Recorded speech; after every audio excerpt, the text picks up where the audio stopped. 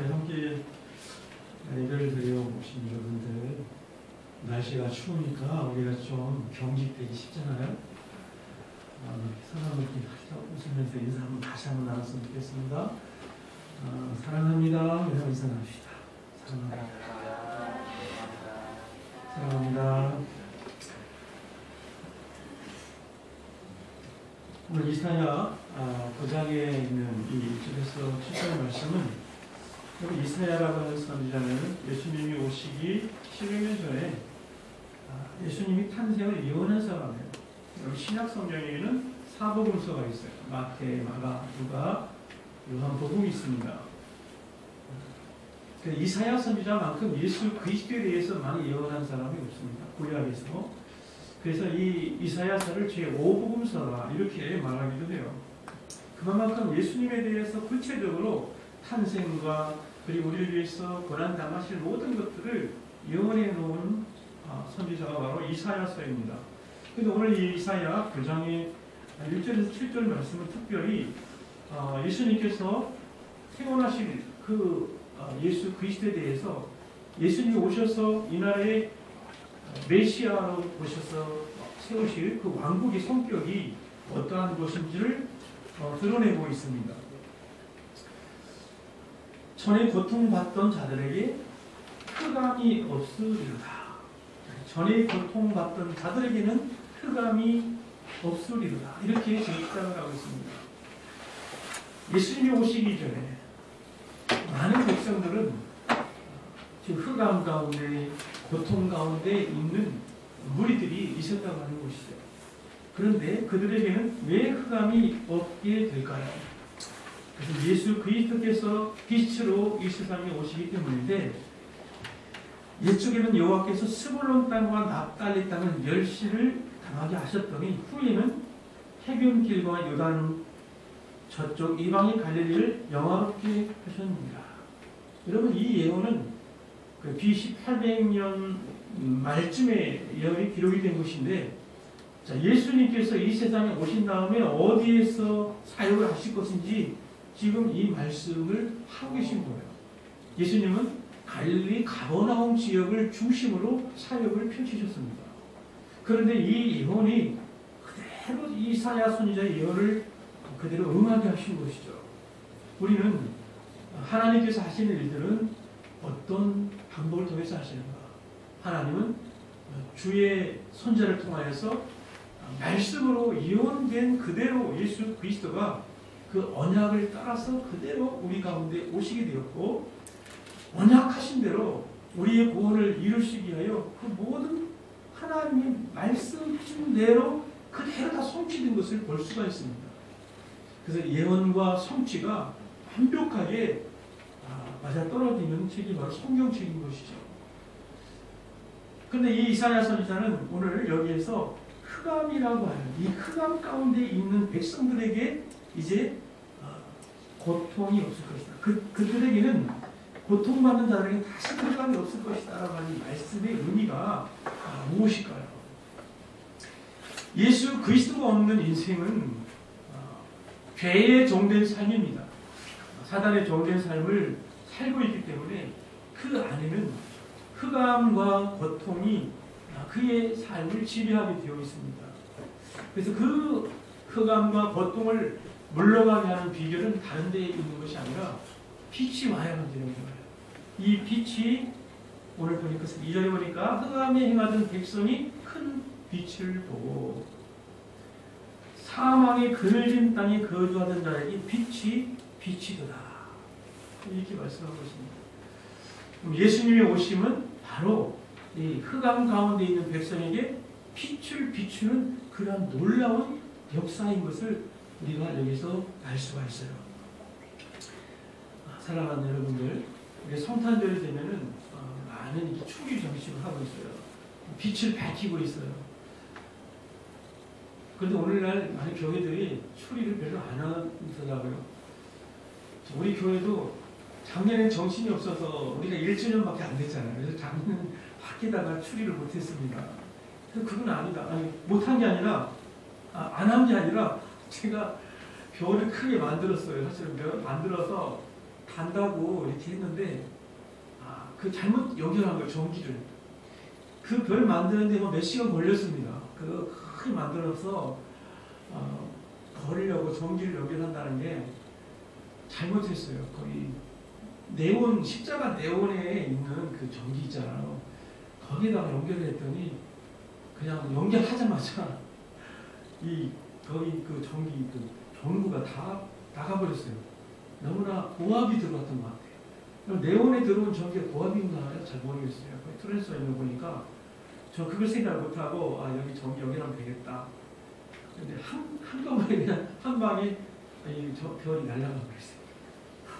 얼마나 고생했는데 그게 못하고 말았습니다. 그런데 올해는 제가 LED로 별을 10개를 달았어요. 밖에 LED를 10개를 달아놔가지고 지금 십자가 밑에 별이 10개가 반짝반짝반짝 저녁마다 하고 있습니다. 네. 여러분 이 크리스마스가 되면 제일 먼저 보니까 나이트클럽 이런 데서 추리를 만들더라고요. 풀집에서. 이거 뭔가 좀 잘못된 거 아닐까요?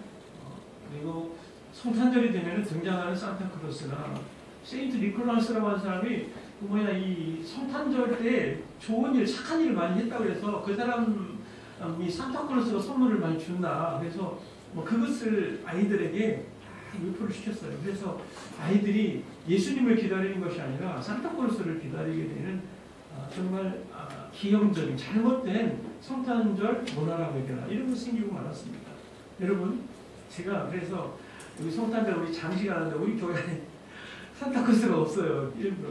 산타클로스가 세인트 니콜라스가 좋은 사람이에요. 그런데 그 사람은 산타클로스가 나쁜 건 아닙니다만은 본질을 왜곡하니까 성탄절에 대한 본질은 뭐냐면 빛으로 오신 예수 그리스도가 드러나야 되는데 그게 아니고 산타클로스니까 울면 안 돼, 울면 안 돼 하면서 그런 캐럴송 이런 거 부르면서 예수님에 대해서 사람들이 생각하는 것보다 그 마음의 생각을 누가 차지하게 되냐면 산타클로스가 차지해요.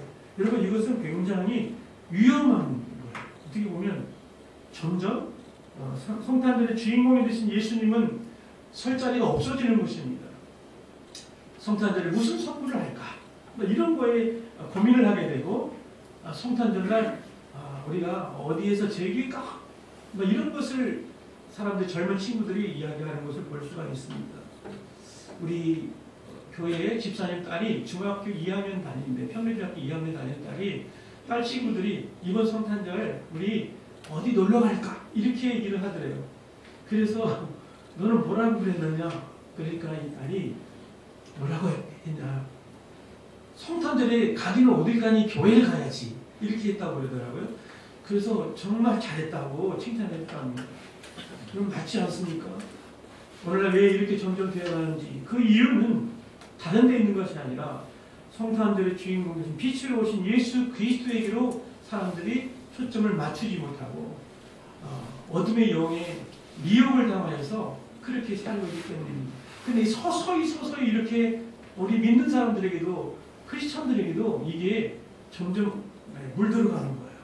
이 교회 안에서의 문화도 마찬가지 아닙니까? 크리스마스 이브의 모든 프로그램들을 보면서 좀 더 하나님의 말씀 중심으로 하나님께서 우리에게 주신 정말 이 예수 그리스도가 이 세상에 오신 성탄절의 본질이 무엇인지를 고민하면서 생각하고 이 모든 일들을 우리가 진행해야 될 책임이 우리에게 있는 것입니다.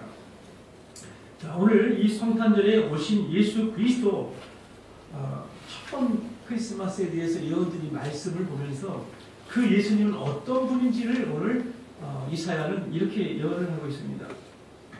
오늘 6절에 보니까 이는 한 아기가 우리에게 낳고 한 아들을 우리에게 주신 바 되었는데 그의 어깨에는 정사를 메었고 그의 이름은 기묘자라 모사라 전능하신 하나님이라 영존하시는 아버지라 평강의 왕이라 할 것입니다.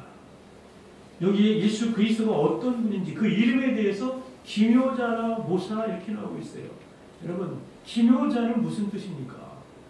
원더풀 놀라운 모사는 카운실러 이런 의미가 있어요. 그러니까 이것을 다시 합쳐서 말하면 기묘한 상담자 우리의 모든 문제에 대한 열쇠를 가지고 계신, 그걸 다 상담해낼 수 있는, 우리의 모든 문제를 풀어낼 수 있는 지혜로우신 분이다. 하나님의 지혜를 다 가지고 계신 분이 바로 예수 그리스도예요. 기묘한, 놀라운, 사람의 말로 표현할 수 없어요. 예수님이 이 세상에 오신 일 자체부터가 기묘한 일입니다. 놀라운 일입니다. 원더풀. 예수님에 대해서 우리가 어떤 마음을 가져야, 놀라운 마음을 가져야 될지 믿습니다. 예수님을 바라볼 때 그냥 우리 아무런 감동이 없습니까? 그 예수 그리스도를 바라볼 때 그 예수 그리스도는 얼마만큼 놀라운, 우리의 모든 인생의 문제를 해결하지 못할 문제가 그에게는 없으신 기묘하신 모사예요. 오늘 이사야는 그렇게 예언하고 있습니다. 이분은 바로 기묘자요, 모사요, 그리고 전능하신 하나님이다. 예수 그리스도가 예수님에 대해서 전능하신 하나님이가 분명히 이렇게 말씀하고 있어요. 우리가 믿는 예수 그리스도는 성자 하나님이세요. 그렇죠? 전능하신 하나님이세요. 내가 믿는 예수님은 물론 사람의 몸을 입고 이 세상에 오셨지만 그 예수 그리스도는 하나님이신 예수님이 인간의 몸을 입고 아기 예수로 이 세상에 탄생하신 이 사건이 얼마나 놀라운 사건입니까? 인간의 몸을 입고 오셨다는 것 자체가 우리에게 놀라운 사건이 되시는 것이죠. 우리의 모든 구원을 이루시기 위해서 그 예수 그리스도는 하나님의 모든 지혜를 가지신 분이시면서 또한 우리를 능히 구원하실 수 있는 전능하신 하나님이셨습니다. 그 예수님이 오늘 이 이사야가 그렇게 예언하고 있어요. 기묘자라 모사라 전능하신 하나님이라 영존하시는 아버지라. 그래서 예수님은 나를 본 자는 아버지를 보았거늘 이렇게 말씀하십니다.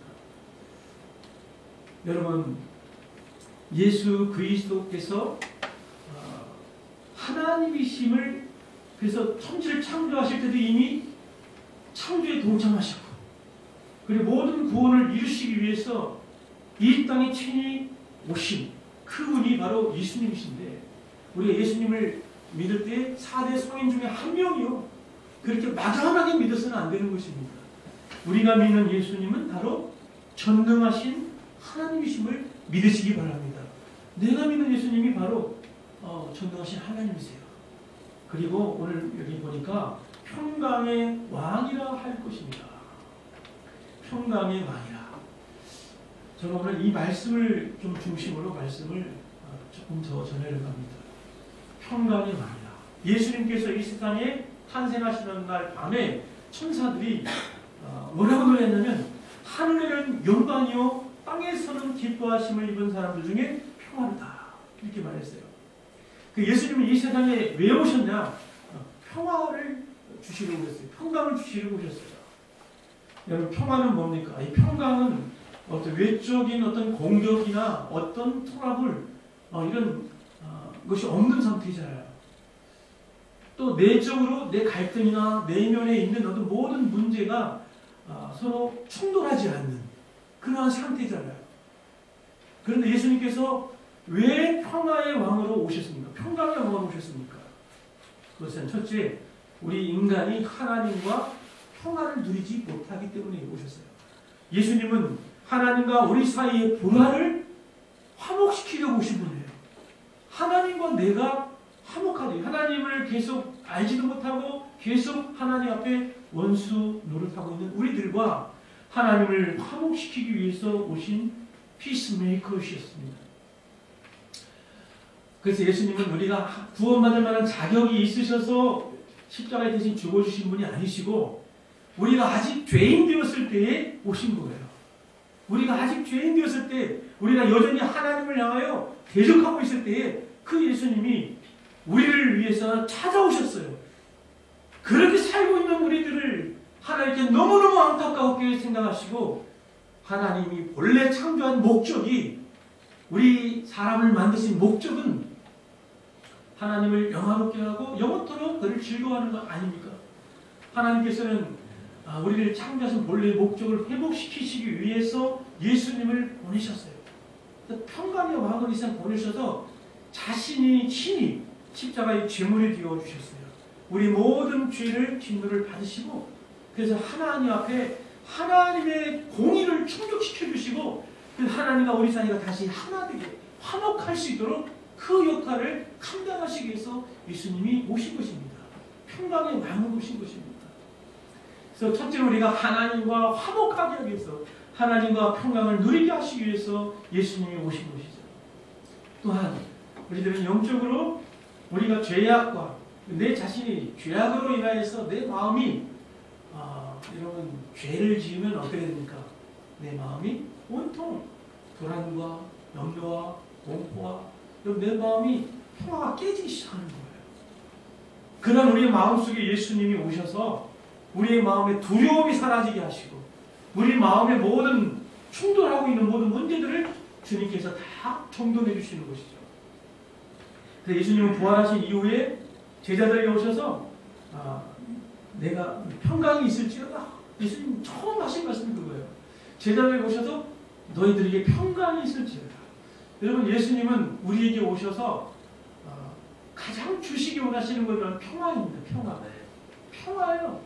그래서 예수를 믿는데 교회 안에서 분열이 많고, 여러분 교회 안에서 다툼이 많고, 이것은 예수님이 뜻하신 바가 절대 아닙니다. 오늘날 그 이슬람과 기독교가 많이 충돌하죠. 이슬람 세력에 의해서 많은 기독교인들이 지금 핍박을 당하고 있습니다. 이라크나 이런 중동 지역에서 어떤 사람은 그걸 염려를 하고 있어요.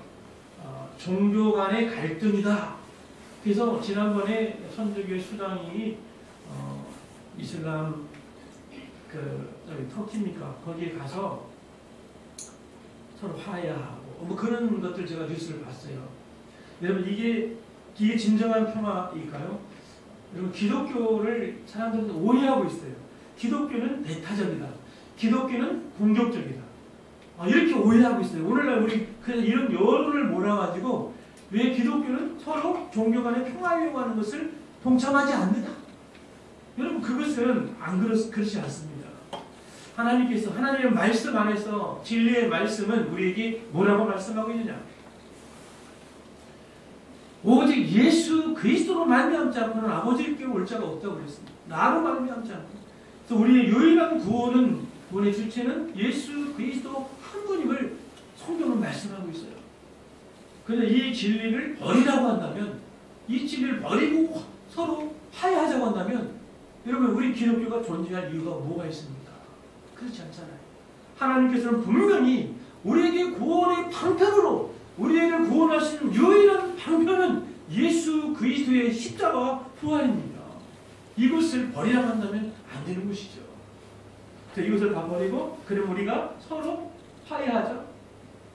여러분, 예수님을 십자가에 못 박을 때 빌라도와 헤롯이 서로 원수지간이었는데 그 일에는 하나가 되었어요.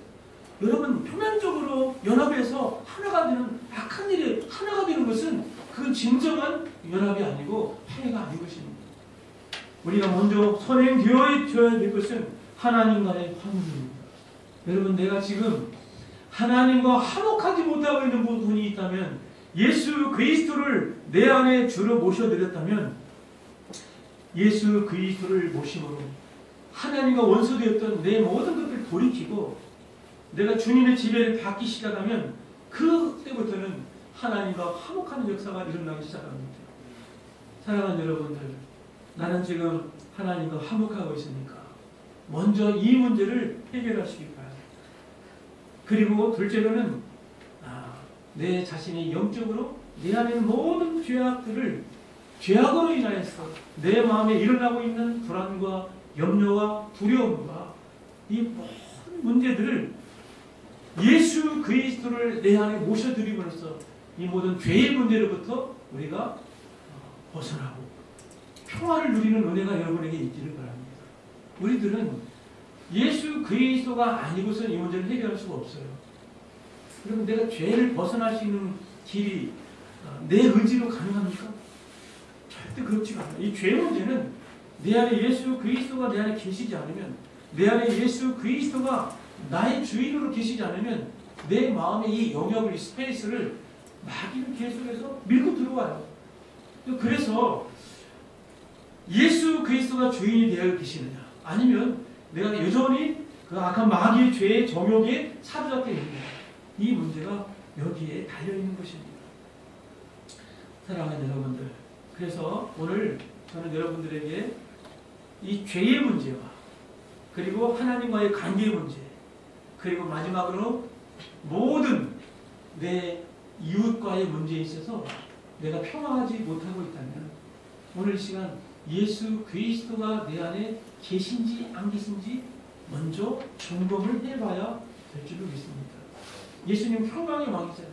샬롬으로 오셨어요. 예수를 여전히 믿는다 하면서도 여전히 내가 누군가를 용서하지 못하고 있습니까? 나는 사람들과 평화를 누리지 못하고 있습니까? 그렇다면 이 문제를 예수 그리스도 안에서 해결하시기 바랍니다. 내 힘으로는 되지 않아요. 절대로 되지 않아요.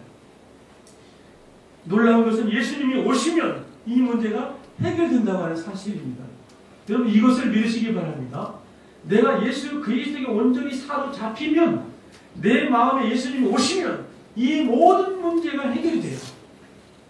그래서 은혜를 받은 다음에 일어난 역사가 무엇인가면 모든 사람이 다 사랑스러워지기 시작하는 거예요. 그 사람들을 위해서 사랑이 막 나가요. 여러분 그런 경험 해보셨습니까? 수련회에 갔든지 아니면 기도원에 가서 정말 하나님과 깊은 교제 속에서 예수 그리스도로 충만하게 되어져서 내려오면, 내가 전에 똑같이 기도에 올라가기 전에 은혜 받기 전에 보았던 풀 한 포기, 꽃 한 송이, 나무와 새와 모든 자연들, 내 눈에 들어오는 모든 시야에 들어오는 사람들이 어떻게 보이는지 아세요? 사랑스럽게 보여요. 그래서 사랑이 풍성해지는 거예요. 내 마음의 평화가 회복이 되니까 예수님이 오시면. 그래서 이 복음이 들어가는 곳에 이 평화의 역사가 일어나는 것입니다. 제가 지난 주일날 서점에 책을 보이러 갔다가 그 서점에서 책을 한권 선물을 받았어요. 그 책의 제목이 뭐냐면 평화교회를 아십니까? 평화교회 일정이 어디냐면 경기도 광주시에 있는 평화교회라고 하는 교회에, 그 교회의 이야기를 책으로 썼더라고요. 1984년도쯤에 막 개척이 된 교회인데 지금은 아마 성도님이 아마 7,000명 모이는 교회랍니다. 근데 이 목사님이 그 개척부터 있었던 이야기를 썼어요. 제가 다 읽지 못했습니다. 조금 읽었는데 이런 얘기가 써 있더라고요. 그 목사님은 아니 뭐죠? 갑자기 지금 이름이 갑자기 생각 안 났어요.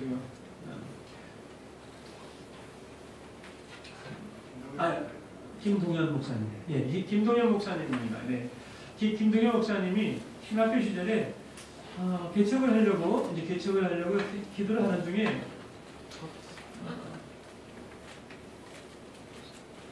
이런 보고서를 들었대요. 어느 지역에 갔는데 그 경기도 그 지역에 가서 목회를 하려고 개척하려고 하는 사람마다 다 얼마 못 있어서 교회문을 닫고 나온다는 거예요. 그리고 다 보따리 써가지고 나온다는 거예요. 그래서 관심이 가기 시작했대요. 도대체 그 지역이 어떠한 지역이길래 그럴까? 그래서 그 지역을 탐방을 갔답니다. 가보니까 그 지역에는 우상을 섬기고 많은 그 사람들이 무속에 쩌들어 있고, 거기에는 교회가 들어설래야 설 수 없는 엄청난 많은 그 핍박이 있는 지역이었다는 거예요. 그런데 거기에 가서 그 지역을 보는 순간 눈물이 나기 시작했다는 거예요. 그 영혼들이 불쌍한 마음이 들었어.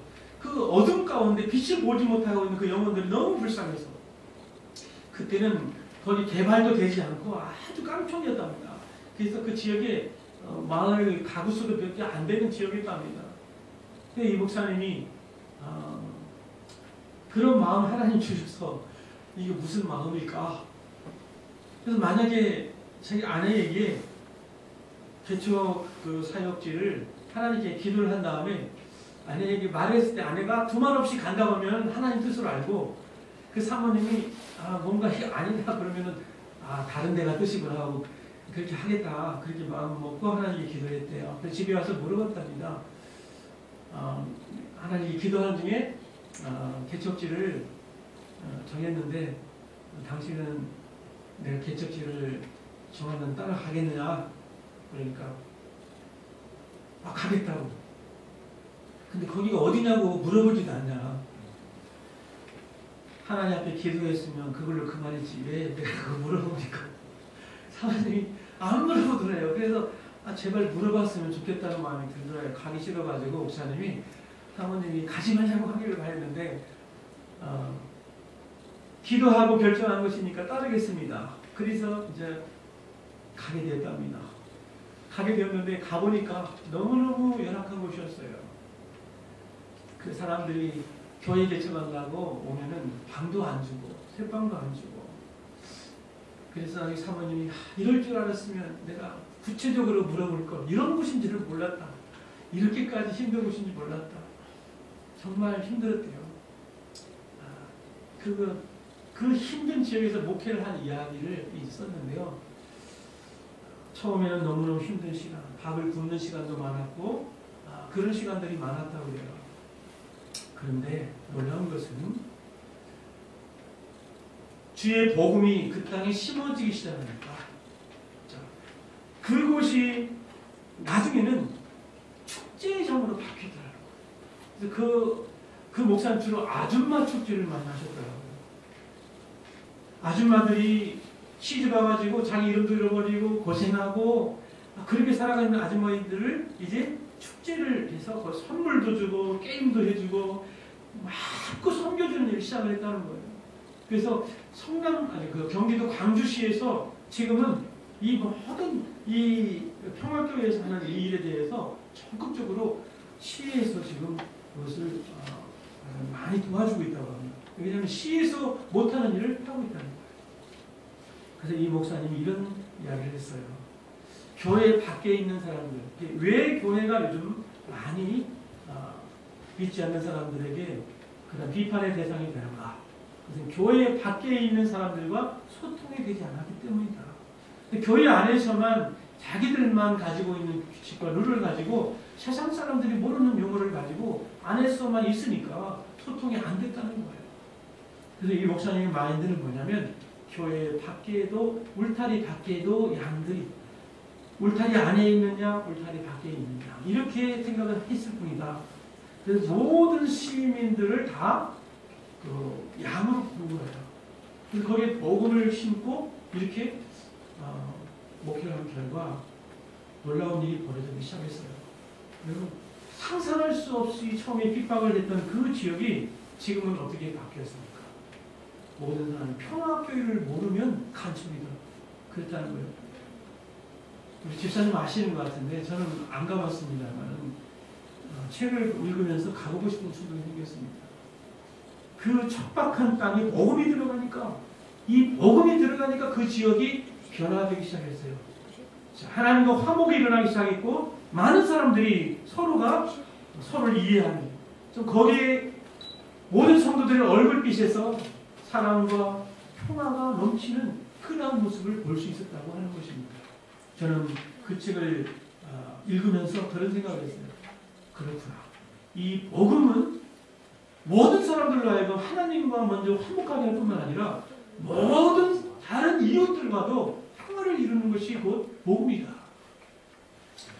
오늘날 우리 기독교가 오해받고 있는 이유는 무엇일까요? 원래 본질적으로 예수 그리스도는 평화의 왕 아닙니까?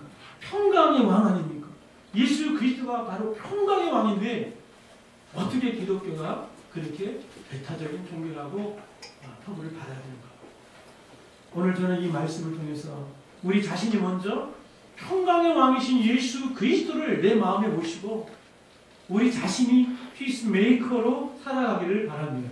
여러분들이 가는 곳마다 사람들과 보라했던 것이 화목되어지기를 바랍니다. 내 안에 예수님이 계시면 나로 인해서 많은 사람들이 서로 화목이 일어나야 될 줄로 믿습니다. 여러분 지금 내 마음이 불안합니까? 염려가 있습니까? 근심이 있습니까? 그 이유는 무엇일까요? 분명히 우리에게 오늘 이사야 선지자를 통해서 예언해 주신 그 한 아기 예수 그리스도가 어떤 분인지 잘 모르기 때문에 그렇습니다. 그는 기묘자요 모사요 전능하신 하나님 영존하신 아버지요 평강이 많이 드시는 분이십니다. 오늘 이 말씀이 우리가 크리스마스를 앞두고 우리가 이 성탄절을 맞이하면서 이 은혜가 여러분들 가운데 저는 충만하게 넘치기를 바랍니다. 성탄절이 주는 은혜가 있어요, 여러분. 성탄절을 그냥 기분 좋은 절기, 아니 유쾌한 절기, 사람들이 그냥 연말연시에 들떠 있는 그런 상태로 그냥 세상 사람들과 똑같은 얄팍한 그런 즐거움에 빠져 있을 것입니까? 절대 그렇지 않습니다. 성경에서는 우리에게 절기들이 있어요. 부활절, 추수감사절, 성탄절 이런 절기들은 우리가 은혜 받을 수 있는 굉장히 좋은 기회들이에요. 성탄절을 통해서 내가 그동안에 예수 그리스도의 이 세상에 오신 그 목적과 그 의미를 더 깊이 묵상하고 거기에 대해서 예수 그리스도의 그 나를 향하신 사랑을 발견하기 시작하면 그게 놀라워요. 저도 중고등학교 시절에는 옛날에는 성탄절 때 성극을 많이 했어요. 성극. 여러분 성극 아시죠? 연극이라고 해야죠. 그래서 예수님 첫 번 크리스마스 그것을 연극을 수도 없이 했어요. 성탄절 때만 되면 그 예수님 마리아와 요셉으로 분장을 해가지고 예수님 태어나는 그 이야기를 많이 연기를 했습니다. 그때만 되면은 그냥 그 의미가 무엇인지 깊이 생각을 못하고 그냥 그 줄거리들을 가지고 예수님이 여간에 그 방을 마리아가 이제 해산할 때가 되어가지고 방을 구하러 다닐 때 많은 여간집 주인들이 방이 없다고 막 하는 그런 장면들. 그러다가 겨우 마국간을 얻어가지고 마국간에서 말구 예수님 탄생하는 이 이야기 스토리를 그대로 했어요. 계속 성극을 했습니다. 그때도 제가 고등학교 2학년 때 했던 것 같습니다. 그날 또 그걸 준비하는데 제가 연출을 해야 되니까 이제는 효과음을 준비하기 위해서 녹음기를 들고 개 짖는 소리 녹음하려고 제가 갔다가 추운 겨울에 여러분 성탄절 되면은 교회 크리스마스 추리 장식한다고 혼자 종탑 위에 올라가서 별 달고 아무도 도와주지 않는데 혼자 밤 12시 1시까지 그런 일을 했던 기억이 나요.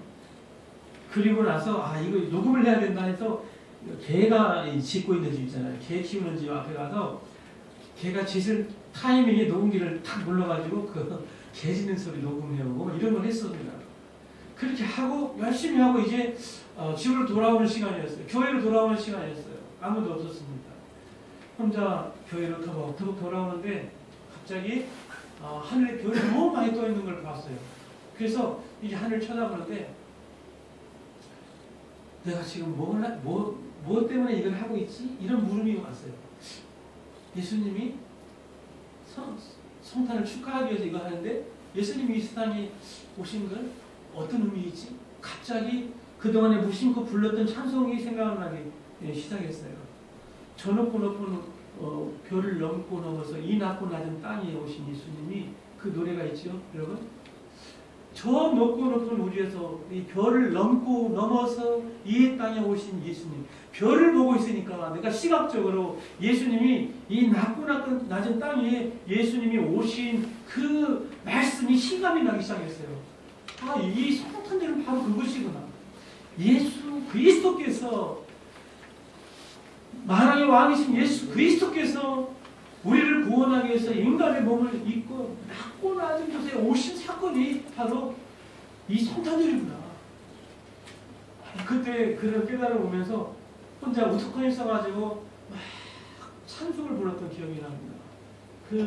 막 보면서 감격적으로 찬송을 불렀던 기억이 납니다. 그럼 이 성탄절에 그래서 저는 그때 처음으로 유레카 깨달은 거예요. 뭘 깨달았느냐? 성탄절은 그냥 먹고 마시고 게임하고 즐기고 선물 교환하고 이런 때가 아니구나. 이런 때가 아니구나. 이 때는 이 절기는 이 세상에 우리 인류를 구원하시 나를 구원하시기 위해서 하나님과 나를 화목시키시기 위해서 그리고 내 안에 평화를 주시기 위해서 이 낮고 낮은 마구간에 맑고 위에 오신 예수 그리스도를 내가 그 예수님을 만난 적이구나. 그 예수님을 내가 만난 적이가 성탄절이구나.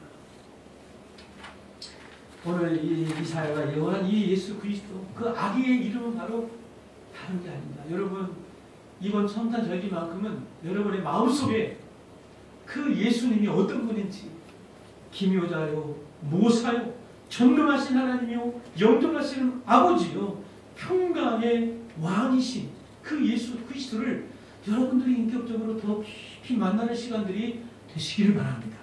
그 예수 그리스도를 여러분들이 더 많이 깊이 여러분의 심령 가운데 모셔드리는 시간들이 되기를 바랍니다. 그래서 내 마음속에 깨어져 있던 마음, 무너져 있던 마음, 또 닫혀져 있던 마음, 이 모든 것들이 다 예수 그리스도로 인하여서 회복이 일어나고 평강이 회복이 되어지는 그러한 성탄절을 여러분들이 준비하시고 맞이하시는 귀한 2014년도 크리스마스가 되기를 주의 이름으로 축복합니다.